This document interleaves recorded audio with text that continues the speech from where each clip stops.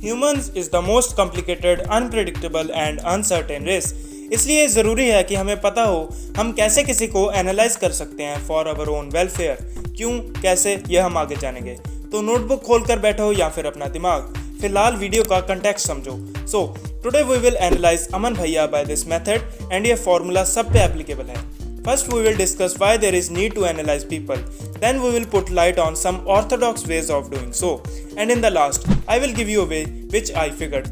अब उस पार्ट पे डायरेक्टली मत जंप कर जाना, फिर मज़ा नहीं आएगा, क्योंकि बीच बीच में ऐसी बातें बताऊंगा जो उसके लिए इंपॉर्टेंट है और फिर वो रह जाएंगी। बाकी choice is your, time stamps are already given. So let's discuss why should we analyze people. What's the need to do so? और हाँ, analyzing and judging में काफ़ी डिफरेंस है, इसको किसी और दिन बात करेंगे।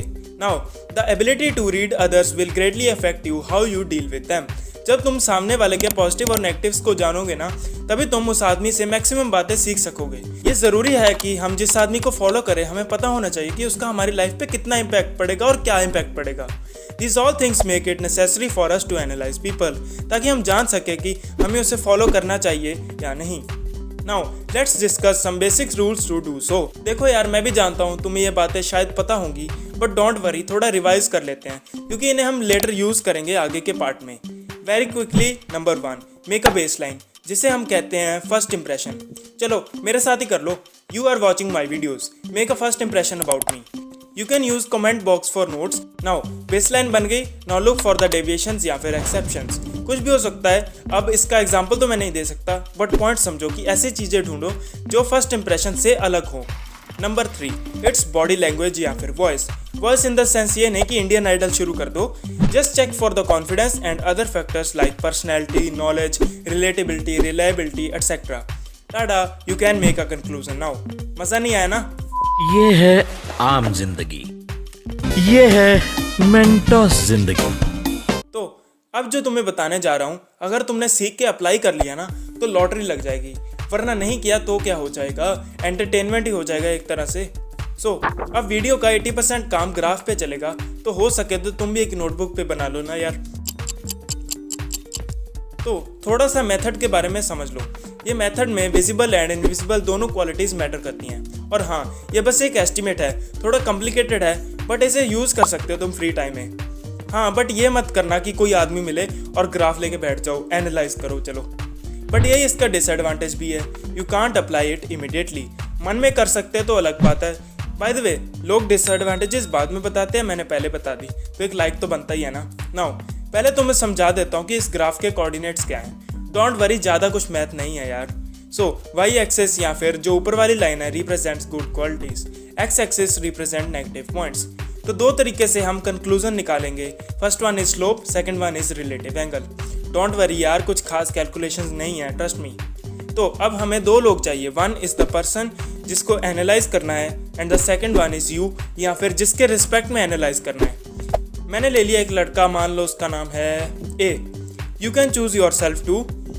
नाउ 10 पॉइंट्स में we will count down its good qualities and bad qualities. मतलब हमें ऐसे गिननी है कि जैसे 7 हम मान लेते हैं कि उसकी 7 गुड है और 3 बैड क्वालिटीज़ हैं। अभी इसके कोऑर्डिनेट्स बन गए 3,7 और इसे ग्राफ पे प्लॉट कर दो, हो गया। अब सेम प्रोसीजर अप्लाई करो जिसे तुमने एनालाइज करना है। इन माई केस इट्स आर अमन भैया। तो चलो मान लेते हैं कि उनके कोऑर्डिनेट्स हैं 1,9 ऑप्टिमिस्टिकली। अब इसे मत प्लॉट करने लग जाना, क्योंकि फिर सोल्यूशन नहीं आएगा। तुम लॉजिकली सोचो ना यार, तुमने खुद के रिस्पेक्ट में देखना है ना। सो तुम्हें करना ये है कि अपने कोऑर्डिनेट्स में इन कोऑर्डिनेट्स को ऐड कर दो, तो तुम्हारे नए कोऑर्डिनेट्स बन जाएंगे 4,16। पॉइंट्स मिल गए, अब निकालते हैं स्लोप। तो यार फॉर्मूला सिंपल है, कई लोगों को तो पता भी होगा, but still it's flashing on your screen now. तो बेसिकली ऊपर 16 - 7 कर दो और नीचे 4 - 1, आंसर आ गया 9। बस ये पहला कंक्लूजन है कि अमन भैया को फॉलो करके यू विल बिकम 9x, यानी कि 9 गुना तुम अपने आप को इम्प्रूव कर लोगे। बट रुको, इतनी जल्दी नहीं है, क्योंकि इस केस में रिजल्ट हर बार अच्छा ही आएगा, इसलिए हम इस मेथड में एक और एडिशन करेंगे। तो अब अगर तुमने ऑर्थोडॉक्स मेथड वाला पोर्शन स्किप किया है तो जाकर देखो अब, क्योंकि अब हम उसी की बातें यूज़ करने वाले हैं। So draw a line from the origin like this. ये हो गई हमारी बेस लाइन या फिर फर्स्ट इंप्रेशन, जो मर्जी कह लो। अब इसके रिस्पेक्ट में हमने पहले इनिशियल पोजीशन देखनी है और फिर फाइनल। तुम दोनों के अप्रॉक्स डिफरेंस देख सकते हो, ये तुम्हें पता चल जाएगा इतनी डेविएशन हो रही है, तुम पहले यहाँ थे और बाद में यहाँ हो गए। तो इसके लिए चलो एक और एग्जांपल ले लेते हैं। Let's take a person called B जिसके कोऑर्डिनेट्स हैं 6,4, यानी कि बैड ज़्यादा है, गुड कम। Now after adding you will get 9,11। अब इसके लिए भी सेम प्रोसीजर अप्लाई करो, स्लोप निकालो, लाइंस ड्रॉ करो, तो सारे कोऑर्डिनेट्स और सारे कंपोनेंट्स वगैरह डाल के आंसर आ जाएगा 2.5 अप्रॉक्स। बट ग्राफिकली हम देख सकते हैं कि बेस लाइन से इसकी डेविएशन कम है, यानी कि the person is not so fruitful for you. हाँ, इस तरह से तुम किसी को भी एनालाइज कर सकते हो। तो ये था ये सारा मेथड। अच्छी एक्टिविटी है, फ्री में ट्राई कर सकते हो। आई नो कि ये इतना प्रैक्टिकल नहीं है जब इंस्टेंट डिसीजंस लेने हो, बट अभी हम कहाँ भागे जा रहे हैं, इसका भी इंतजाम करेंगे किसी और वीडियो में। Now let's talk the value to learn from this video. देखो वैसे तो सारी वीडियो एक तगड़ी वैल्यू थी, but still I will tell you something important now. तो अगर तुमने ये मेथड सक्सेसफुली यूज़ किया है और तुम सोच रहे हो कि किसी को फॉलो करने के इस मेथड के बाद, then my friend I am afraid it's the last thing you should do. इसका आंसर जानना चाहते हो तो इस वाली वीडियो पे क्लिक करो। I have explained why not to follow anyone. तो तब तक के लिए कीप एनालाइजिंग। बाय।